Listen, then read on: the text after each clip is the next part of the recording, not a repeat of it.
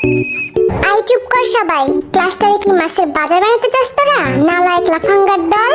Sir Y আর আপনি দেইন গালাগালি? I বদমাশ ছেলে, কি বললি তুই? কই স্যার, আমি তো কিছু বলিনি। ফাজলামি করস আমার লগে? Stand up. স্যার আমি? এই গাধের বাচ্চা, তোরে বলছি আমি? বস, তুই আমারে বল হোয়াট ইজ গালাগালি? স্যার আমি বলি?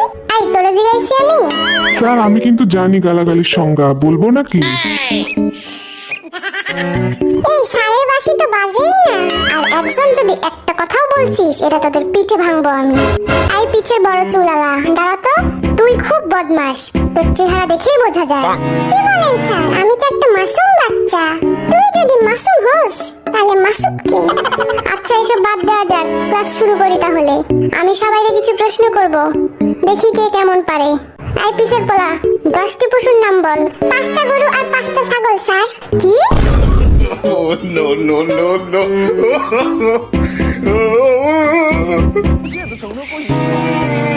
এই ঢংটা বাজে না কেন? চুপ কর সব। আই জিমিন, কাল তুই আসিসনি কেন? আমার দাদি মারা গেছে স্যার। পিডায় তোর পিঠের ছাল তুললাম আমি। ফাজলামি করার আর জায়গা পাস না তুই? এই নিয়ে 4-5 বার তোর দাদি মারা গেল। কি করবো স্যার, আমার দাদিটা তো 10 বোন, সবাই আমার খুব কাছে। 5টা মরছে আর 5টা এখনো বাকি আছে। তার মানে আরো 5 দিন আমি আসতে পারবো না স্যার। এই জিমিন খালি মিশা কথা কয়, বুঝলি? ওর একটাই দাদি, তাও মারা গেছে 1900 ব্রিটিশ আমলে। আই তোরা কানে কানে কি ফিস করিস রে? কানে কানে না স্যার, কানে মুখে হবে। কান দিয়ে আবার কথা বাড়ায় নাকি? খুব জ্ঞানী দেখতেছি তুই। তাইলে আমার প্রশ্নের উত্তর দে। বলেন স্যার। বল, আমরা এই ক্লাসরুমটা কিভাবে পরিষ্কার পরিচ্ছন্ন রাখতে পারি? আমরা স্কুলে না এসে স্যার। কি? স্যার আমরা যদি স্কুলে না আসি তাহলে ক্লাসটাও নোংরা হবে না, সিম্পল। সবগুলো অপদার্থের দল।